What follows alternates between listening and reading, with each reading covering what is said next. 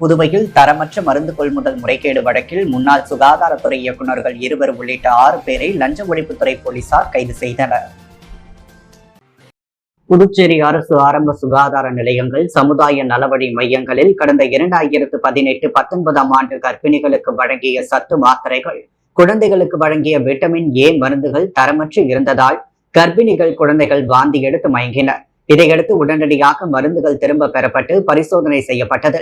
மருந்துகள் தரமற்று இருந்ததே காரணம் என தெரிய வந்தது.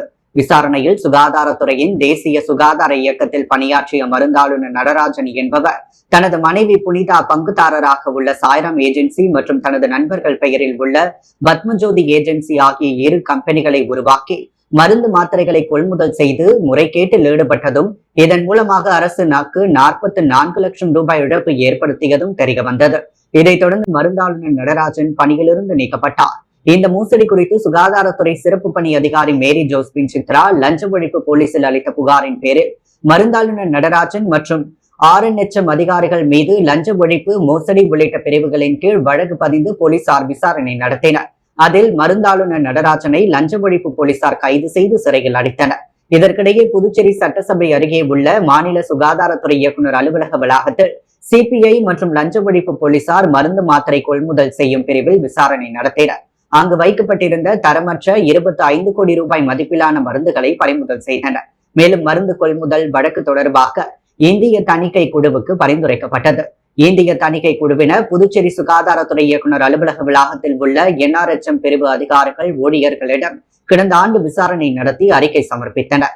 இந்நிலையில் சிறையில் அடைக்கப்பட்டுள்ள நடராஜன் தரமற்ற மருந்து கொள்முதல் வழக்கில் தொடர்புடைய அதிகாரிகள் மீது எந்தவித நடவடிக்கை எடுக்கவில்லை என சென்னை உயர்நீதிமன்றத்தில் மனு தாக்கல் செய்தார்.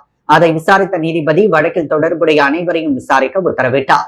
அதன் பேரில் லஞ்ச ஒழிப்பு போலீசார் மருந்து முறைகேடு தொடர்பாக சுகாதாரத்துறையின் முன்னாள் இயக்குநர் ராமன், மோகன்குமார், முன்னாள் துணை இயக்குநர் அல்லிராணி, சாய்ராம் ஏஜென்சியின் பங்குதாரர்களான நடராஜன் மனைவி புனிதா, நந்தகுமார், பத்மஜோதி ஏஜென்சி உரிமையாளர் மோகன் ஆகிய 6 பேரை நேற்று கைது செய்தனர். பின் அவர்கள் புதுச்சேரி நீதிமன்றத்தில் ஆஜர்படுத்தப்பட்டனர்.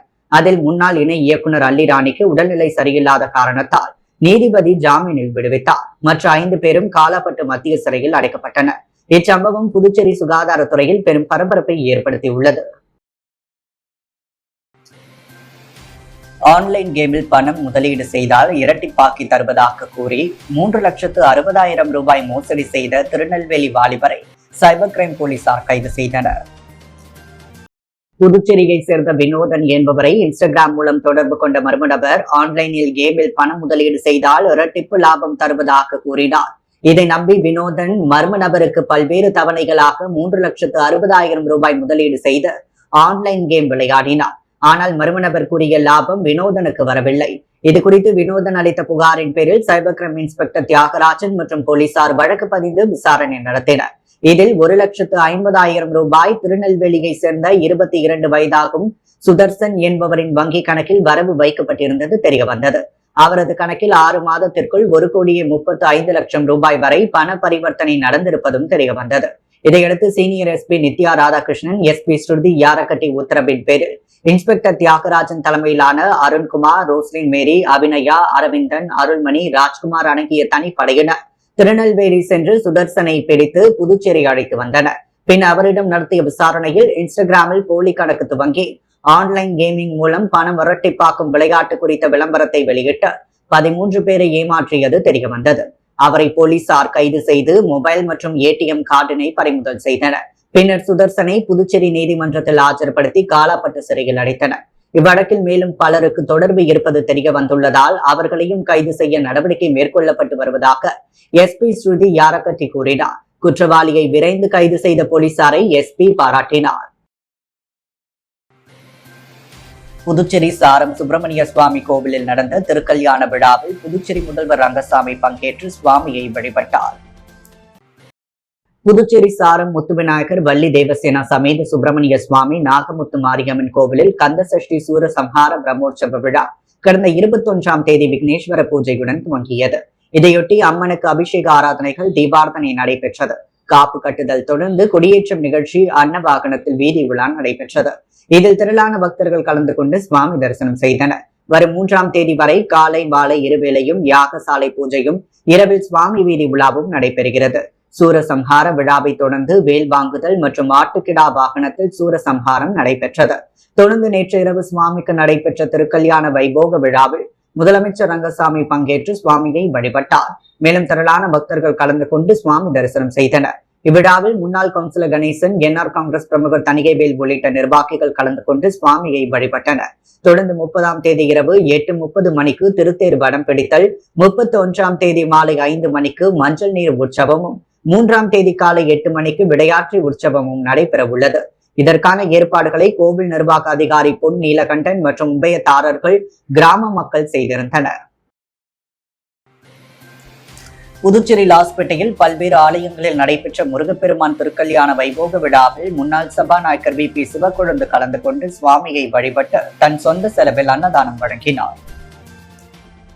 புதுச்சேரி லாஸ்பேட்டை பகுதியில் அமைந்துள்ளது அருள்மிகு சிவசுப்பிரமணிய சுவாமி தேவஸ்தானம். இத்திருக்கோவில் கந்தசஷ்டி சூரசம்ஹார பெருவிழா கடந்த 21ஆம் தேதி கணபதி ஹோமத்துடன் துவங்கியது. தினம்தோறும் சுப்பிரமணிய சுவாமி பல்வேறு வாகன சேவையில் எழுந்தருளி பக்தர்களுக்கு காட்சியளிக்கின்றார். தொடர்ந்து நேற்று சூரபத்மனை வதம் செய்யும் சூரசம்ஹார விழா நடைபெற்றது. இதன் ஒரு பகுதியாக திருக்கல்யாண வைபவம் சிறப்பாக நடைபெற்றது. சிவாச்சாரியார்கள் வேத மந்திரங்கள் போத சிவசுப்பிரமணிய சுவாமி, வள்ளி தேவசேனா சுவாமிகளுக்கு மாங்கல்யம் அணிவிக்கும் நிகழ்வு நடைபெற்றது. இதில் துணைநிலை ஆளுநர் கைலாஷ்நாதன், முன்னாள் சபாநாயகர் VP சிவக்கொழுந்து ஆகியோர் கலந்து கொண்டனர். மேலும் இந்த திருக்கல்யாண வைபவத்தில் ஏராளமான பக்தர்கள் பங்கேற்று முருகப்பெருமானை வழிபட்டு சென்றனர். தொடர்ந்து இந்த திருக்கல்யாண வைபவத்தில் கலந்து கொண்ட அனைத்து பக்தர்களுக்கு முன்னாள் சபாநாயகர் VP சிவக்கொழுந்து தனது சொந்த செலவில் அன்னதானம் வழங்கினார். அதைத் தொடர்ந்து லாஸ்பேட்டை தொகுதிக்குட்பட்ட பெத்திச்செட்டிப்பேட்டையில் அமைந்துள்ள சிவசுப்பிரமணியர் ஆலயத்தில் நடைபெற்ற திருக்கல்யாண வைபோக விழாவில் முன்னாள் சபாநாயகர் VP சிவக்கொழுந்து கலந்து கொண்டு சுவாமியை வழிபட்டார். முன்னதாக சுவாமிக்கு சிறப்பு பூஜைகள் செய்யப்பட்டது. ஏராளமான பக்தர்கள் கலந்து கொண்டனர். மேலும் செல்லப்பெருமாள் பேட்டையில் அமைந்துள்ள ஊத்துக்காட்டு மாரியம்மன் ஆலயத்தில் நடைபெற்ற திருக்கல்யாண வைபோக விழாவில் முன்னாள் சபாநாயகர் VP சிவக்கொழுந்து கலந்து கொண்டு சுவாமியை வழிபட்டார். தொடர்ந்து சுவாமிக்கு மகா தீபாரதனை காட்டப்பட்டதை தொடர்ந்து நடைபெற்ற அன்னதான விழாவில் சபாநாயகர் VP சிவக்கொழுந்து கலந்து கொண்டார். ஆலய நிர்வாகம் சார்பில் அவருக்கு பரிவட்டம் கட்டி மாலை அணிவித்து சிறப்பான முறையில் வரவேற்பு அளிக்கப்பட்டது. அப்பொழுது என்ஆர் காங்கிரஸ் நிர்வாகிகள் பலர் உடனிருந்தனர். புதுச்சேரி ராஜ்பவன் தொகுதிக்குட்பட்ட பகுதிகளில் மழையால் பாதிக்கப்பட்ட மக்களுக்கு பாஜக தலைவர் VP ராமலிங்கம் நிவாரண உதவிகளை வழங்கினார். புதுச்சேரியில் சமீப காலமாக கனமழை பெய்து வந்த நிலையில் புதுச்சேரி ராஜ்பவன் தொகுதிக்குட்பட்ட பகுதிகள் மழையால் பாதிக்கப்பட்டது. நிலையில் பாதிக்கப்பட்ட மக்களுக்கு நிவாரணம் வழங்கும் விழா காமாட்சி அம்மன் கோவிலில் உள்ள பாஜக அலுவலகத்தில் நடைபெற்றது. பாஜக மாநில தலைவர் VP ராமலிங்கம் கலந்து கொண்டு பாதிக்கப்பட்ட மக்களுக்கு நிவாரண உதவிகளை வழங்கினார். இந்நிகழ்ச்சிக்கு பாஜக வல்லுநர் பிரிவின் மாநில அமைப்பாளர் நாகராஜன் முன்னிலை வகிக்க, நிகழ்ச்சியில் பாஜக மாநில செயற்குழு உறுப்பினர் அனந்த கண்ணன், நகர மாவட்ட பொதுச் செயலாளர் அனந்தபாஸ்கர், ஸ்ரீனிவாச பெருமாள் ஆகியோர் கலந்து கொண்டனர். புதுச்சேரி ராஜ்பவன் தொகுதிக்குட்பட்ட குமரகுரு பள்ளத்தை சேர்ந்த பொதுமக்களுக்கு சுமார் 500க்கும் மேற்பட்ட மக்களுக்கு உதவிகள் வழங்கப்பட்டது. அப்பொழுது ராஜ்பவன் தொகுதியை சேர்ந்த பாஜக நிர்வாகிகள் பலர் உடனிருந்தனர். புதுச்சேரி காந்தி வீதியில் உள்ள சித்தி விநாயகர் ஆலயத்தில் நடைபெற்ற மண்டல அபிஷேக விழாவில் சட்டமன்ற உறுப்பினர் நேரு கலந்து கொண்டு சுவாமியை வழிபட்டார்.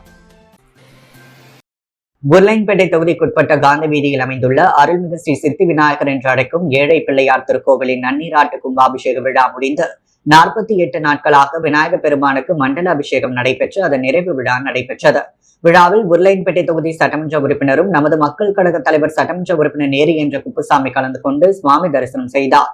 மேலும் விழாவில் தனது சொந்த செலவில் விநாயகர் பெருமானுக்கு வெள்ளியால் செய்யப்பட்டு தங்க முலாம் பூசப்பட்ட வண்ண கற்கள் பாதிக்கப்பட்ட துதிக்கையை திருக்கோவில் நிர்வாகிகள் வசம் ஒப்படைத்தனர். விழாவில் தமிழர்களம் அழகர் திருக்கோவில் தனி அதிகாரி விஜயன் மற்றும் அப்பகுதியை சேர்ந்த பொதுமக்களும் பக்தர்களும் கலந்து கொண்டு விழாவினை சிறப்பித்தனர். புதுவை மாநிலம் ஏனாமில் புயலால் பாதிக்கப்பட்ட மக்களுக்கு அரசின் டெல்லி சிறப்பு பிரதிநிதி மல்லாடி கிருஷ்ணராவ் உணவு வழங்கினார். மோந்தா புயல் நர்சுபுரம் அருகே கரையை கடந்தது. இதையடுத்து ஏனாம் மக்கள் நிம்மதி பெருமூச்சு விட்டனர். கடற்கரையை கடக்கும் பொழுது நள்ளிரவில் பலத்த காற்று, லேசான மழை பெய்து 50க்கும் மேற்பட்ட மரங்கள் சாய்ந்து கடந்த 20 மணி நேரமாக மின்சாரம் துண்டிக்கப்பட்டு இருளில் இருந்தது. புதுச்சேரி டெல்லி சிறப்பு பிரதிநிதி மல்லாடி கிருஷ்ணராவ் கடலோர கிராமங்களில் உள்ள மக்களுக்கும் மறுவாழ்வு மையங்களில் பாதிக்கப்பட்டவர்களுக்கும் உணவு வழங்கும் விதமாக யானம் முதியோர் இல்லத்தை பார்வையிட்டு அங்கு தயாரிக்கப்படும் உணவினை ஆய்வு செய்தார். ஏனாம் முதலியார் இல்லத்தில் சுமார் 12,000 பேருக்கு உணவு ஏற்பாடு செய்யப்பட்டது. ஏனாம் முதியோர் இல்ல உணவு வேன்கள் மூலமாக கிராமங்களுக்கு வருகின்றது. மேலும் யானம் புயலால் பாதிக்கப்பட்ட பகுதிகளில் சுற்றுப்பயணம் மேற்கொண்ட மல்லாடி அனைவருக்கும் உணவு வழங்கினார். புதுச்சேரி லாஸ்பேட்டை தொகுதி சாந்தி நகரில் அமைந்துள்ள ஸ்ரீ வலம்புரி வெற்றி விநாயகர் ஆலயத்தில் நடைபெற்ற திருக்கல்யாண வைபோக விழாவில் முன்னாள் சபாநாயகர் வி பி சிவக்கொழுந்து கலந்து கொண்டு சுவாமியை வழிபட்டார்.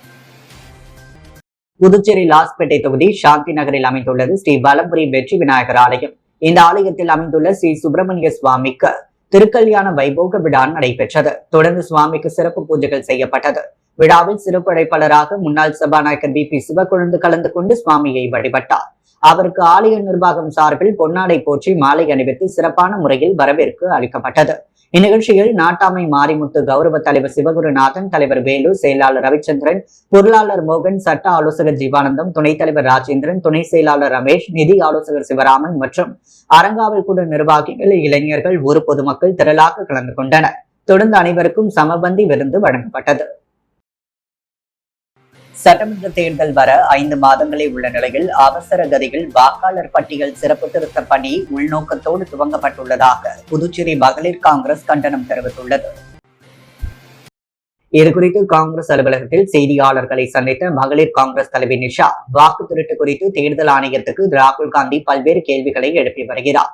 இதற்கு தேர்தல் ஆணையம் பதிலளிக்காத நிலையில் தமிழகம் மற்றும் புதுவையில் தேர்தல் வர 5 மாதங்களே உள்ள நிலையில் வாக்காளர் பட்டியல் சிறப்பு திருத்த பணி குறுகிய காலத்தில் மேற்கொள்வதில் உள்நோக்கம் உள்ளது எனவும் இதனை ஒருபொழுதும் காங்கிரஸ் கட்சி ஏற்றுக்கொள்ளாது என்றும் கண்டனம் தெரிவித்தார். வாக்கு திருட்டை தடுப்பதற்கு பிரத்யேக செயலி உருவாக்க வேண்டும் என்று கேட்டுக்கொண்ட அவர், வாக்காளர் பட்டியலில் பெயர் சேர்க்க இருப்பிட சான்று அவசியம் என்பதை தேர்தல் ஆணையம் நடைமுறைப்படுத்த வேண்டும் என்று கோரிக்கை விடுத்தார். மத்தியில் ஆளும் பாஜக அரசு நடமாடும் வாக்காளர்களை உருவாக்கி 5 வருடங்களில் 10 மாநிலங்களில் வாக்கு செலுத்தி தங்களுக்கு வேண்டியவர்களை வெற்றி பெற செய்துள்ளனர் என்று குற்றம் சாட்டிய அவர், இதேபோன்று புதுவையில் வெளிமாநில வாக்காளர்களை வாக்காளர் பட்டியலில் சேர்க்கும் பணியை பாஜகவினர் துவங்கியுள்ளதாக குற்றம் சாட்டினார். பேட்டியின் பொழுது புதுச்சேரி மகளிர் காங்கிரஸ் துணைத் தலைவி விஜயலட்சுமி உள்ளிட்ட நிர்வாகிகள் திரளாக கலந்து கொண்டனர். உருளையன்பேட்டை தொகுதி சஞ்சீவ் காந்தி நகர் சுப்பிரமணிய சுவாமி கோவிலில் நடைபெற்ற திருக்கல்யாண நிகழ்வில் ஏராளமான பக்தர்கள் கலந்து கொண்டு சுவாமி தரிசனம் செய்தனர். புதுச்சேரி கந்த சஷ்டி பெருவிழா கடந்த 22ஆம் தேதி கொடியேற்றத்துடன் துவங்கியது. இதையொட்டி தினமும் சுவாமிக்கு இருவேளையும் யாகசால பூஜைகள், சிறப்பு அபிஷேக ஆராதனைகளும், இரவு சுவாமி வீதி விழாவும் நடைபெற்றது. தொடர்ந்து சிங்கமுகாசூரன் முருகப்பெருமானுடன் போருக்கு செல்லும் நிகழ்ச்சியை தொடர்ந்து சக்தி வேல் வாங்குதல் நிகழ்ச்சி நடந்து சூரசம்ஹாரம் நிகழ்ச்சி, அதன் பின் திருக்கல்யாணம் நிகழ்ச்சி நடைபெற்றது. இந்நிகழ்ச்சியில் தலைவர் ரவி, செயலாளர் முத்துசாமி, பொருளாளர் பழனி முருகன் மற்றும் திரளான பக்தர்கள் கலந்து கொண்டு சுவாமி தரிசனம் செய்தனர். இந்த விழாவிற்கான ஏற்பாடுகளை ஆலய நிர்வாகிகள் சிறப்பாக செய்திருந்தனர். புதுச்சேரி குயவர்பாளையம் செல்வமுத்துக்குமார சுவாமி கோவிலில் 5ஆம் ஆண்டு கந்த சஷ்டி சூரசம்ஹார விழாவை முன்னிட்டு சுவாமிக்கு திருக்கல்யாண விழா நடைபெற்றது. புதுச்சேரி குயவர்பாளையத்தில் முத்து விநாயகர், வள்ளி தேவசேனா சமேத செல்வமுத்துக்குமார சுவாமி கோவிலில் 5ஆம் ஆண்டு கந்த சஷ்டி சூரசம்ஹார பெருவிழா திருக்கல்யாண உற்சவ விழா கடந்த 21ஆம் தேதி கணபதி ஹோமம், விக்னேஸ்வர பூஜையுடன் துவங்கியது. தொடர்ந்து காப்பு கட்டுதல் நடைபெற்று ஹோம பூஜைகள் நடைபெற்றது. 5ஆம் நாளில் ஹோம பூஜைகள் நடைபெற்று சுவாமி திருக்கல்யாணம் முகூர்த்த கால் நடுதல் விழா நடைபெற்றது. தொடர்ந்து ஸ்ரீ பராசக்தி இடமிருந்து வேல் வாங்குதல் நிகழ்ச்சி நடைபெற்றதை தொடர்ந்து சிங்கமுகன் சூரசம்ஹார விழா, 108 கனிகளால் லலிதா சம்ஸ்கிருநாம பூஜைகள், சுவாமி உட்புறப்பாடு நடைபெற்றது. சூரபத்மா சூரசம்ஹார விழா, சம்ஹார வேலுக்கு சிறப்பு அபிஷேகம், திருத்தேர் புறப்பாடு நடைபெற்றது. தொடர்ந்து நேற்று திருக்கல்யாண 108 தட்டு வரிசை ஊர்வலம் நடைபெற்றது. அதைத் தொடர்ந்து சுவாமிக்கு திருக்கல்யாண வைபவ விழா நடைபெற்றது. முன்னதாக சுவாமிக்கு சிறப்பு பூஜைகள் செய்யப்பட்டு மகா தீபார்த்தனை காட்டப்பட்டது. இதில் திரளான பக்தர்கள் பலர் கலந்து கொண்டனர். மேலும் 29ஆம் தேதி மஞ்சள் நீரோட்ட விழா, 30ஆம் தேதி ஊஞ்சல் உற்சவம் சேவையும் நடைபெற உள்ளது. இதற்கான ஏற்பாடுகளை ஆலய நிர்வாக அதிகாரி செந்தில்குமார், தலைவர் கணேஷ், துணைத் தலைவர் ரமேஷ் என்கின்ற சிவராமன், செயலாளர் கோபால், பொருளாளர் கணேஷ், உறுப்பினர் இந்திரா மற்றும் விழா குழுவினர்கள் ராஜேஷ், கிருஷ்ணமூர்த்தி, ஸ்டீபன், ராஜ், வினோத், ராமகிருஷ்ணன் மற்றும் கந்த சஷ்டி உற்சவதாரர்கள், உபயதாரர்கள் உள்ளிட்ட பலர் சிறப்பாக செய்து வருகின்றனர். குடப்பாக்கம் கோனேரிக்குப்பத்தில் சுவடுகள் இன்டர்நேஷனல் பள்ளியின் புதிய கட்டிடம் கட்டுவதற்கான பூமி பூஜை நிகழ்ச்சியில் சட்டமன்ற உறுப்பினர் சிவா கலந்து கொண்டு சிறப்பித்தார். ஊசுடு தொகுதிக்குட்பட்ட கோனேரிக்குப்பம், சன்னியாசிக்குப்பம் சாலை பகுதியில் புதியதாக கட்டப்பட உள்ள சுவடுகள் இன்டர்நேஷனல் பள்ளியின் புதிய கட்டிடம் கட்டுவதற்கான பூமி பூஜை நிகழ்ச்சியில் புதுச்சேரி திராவிட முன்னேற்ற கழகத்தின் மாநில அமைப்பாளரும் வில்லியனூர் தொகுதியின் சட்டமன்ற உறுப்பினருமான புதுச்சேரி சட்டப்பேரவை எதிர்க்கட்சி தலைவருமான சிவா கலந்து கொண்டு சிறப்பித்தார். விழாவில் கலந்து கொண்ட அனைவரையும் வில்லியனூர் திமுக பிரமுகர் காசிநாதன் சால்வை அணிவித்து வரவேற்றார். மேலும் இந்த நிகழ்ச்சியில் சுவடுகள் எஜுகேஷனல் ட்ரஸ்ட் சேர்மன் KMP மலை, சுவடுகள் எஜுகேஷனல் ட்ரஸ்ட் அரங்காவலர் தனலட்சுமி, சுவடுகள் ஆரம்ப பள்ளியின் தலைமை ஆசிரியர் கலைசூர்யா ஆகியோர் மற்றும் சுவடுகள் எஜுகேஷன் ட்ரஸ்ட் நிர்வாகிகள் மற்றும் முக்கிய பிரமுகர்கள் ஏராளமானோர் கலந்து கொண்டு சிறப்பித்தனர். புதுச்சேரி குயவர்பாளையம் புட்லாயம்மன் ஆலயத்தில் நடைபெற்ற திருக்கல்யாண வைபோக விழாவில் திரளான பக்தர்கள் கலந்து கொண்டு சுவாமியை வழிபட்டனர். புதுச்சேரி குயவர்பாளையம் செல்லப்பெருமாள் கோவில் வீதியில் அமைந்துள்ள அருள்மிகு ஸ்ரீ புட்லாயம்மன் ஆலயத்தில் திருக்கல்யாண வைபோக விழா நேற்றிரவு நடைபெற்றது. முன்னதாக முக்கிய வீதிகள் வழியாக தட்டு வரிசைகள் ஊர்வலம் நடைபெற்று ஆலயத்தை வந்தடைந்தது. அங்கு சுவாமிக்கு சிறப்பு பூஜைகள் செய்யப்பட்டு மகா தீபாரதனை காண்பிக்கப்பட்டது. தொடர்ந்து திருக்கல்யாண வைபோக விழா நடைபெற்றதில் பக்தர்கள் பலர் கலந்து கொண்டு சுவாமியை வழிபட்டனர். இந்த திருக்கல்யாணத்தில் கலந்து கொண்ட பக்தர்கள் அனைவருக்கும் அன்னதானம் வழங்கப்பட்டது. இதற்கான ஏற்பாடுகளை ஆலய நிர்வாகிகள், ஆலய அர்ச்சகர்கள், ஒரு பொதுமக்கள் சிறப்பாக செய்திருந்தனர். அன்றாட செய்திகளை உடனுக்குடன் தெரிந்து கொள்ள பாண்டி ஹெட்லைன்ஸ் சேனலுக்கு சப்ஸ்கிரைப் செய்து கொள்ளுங்கள்.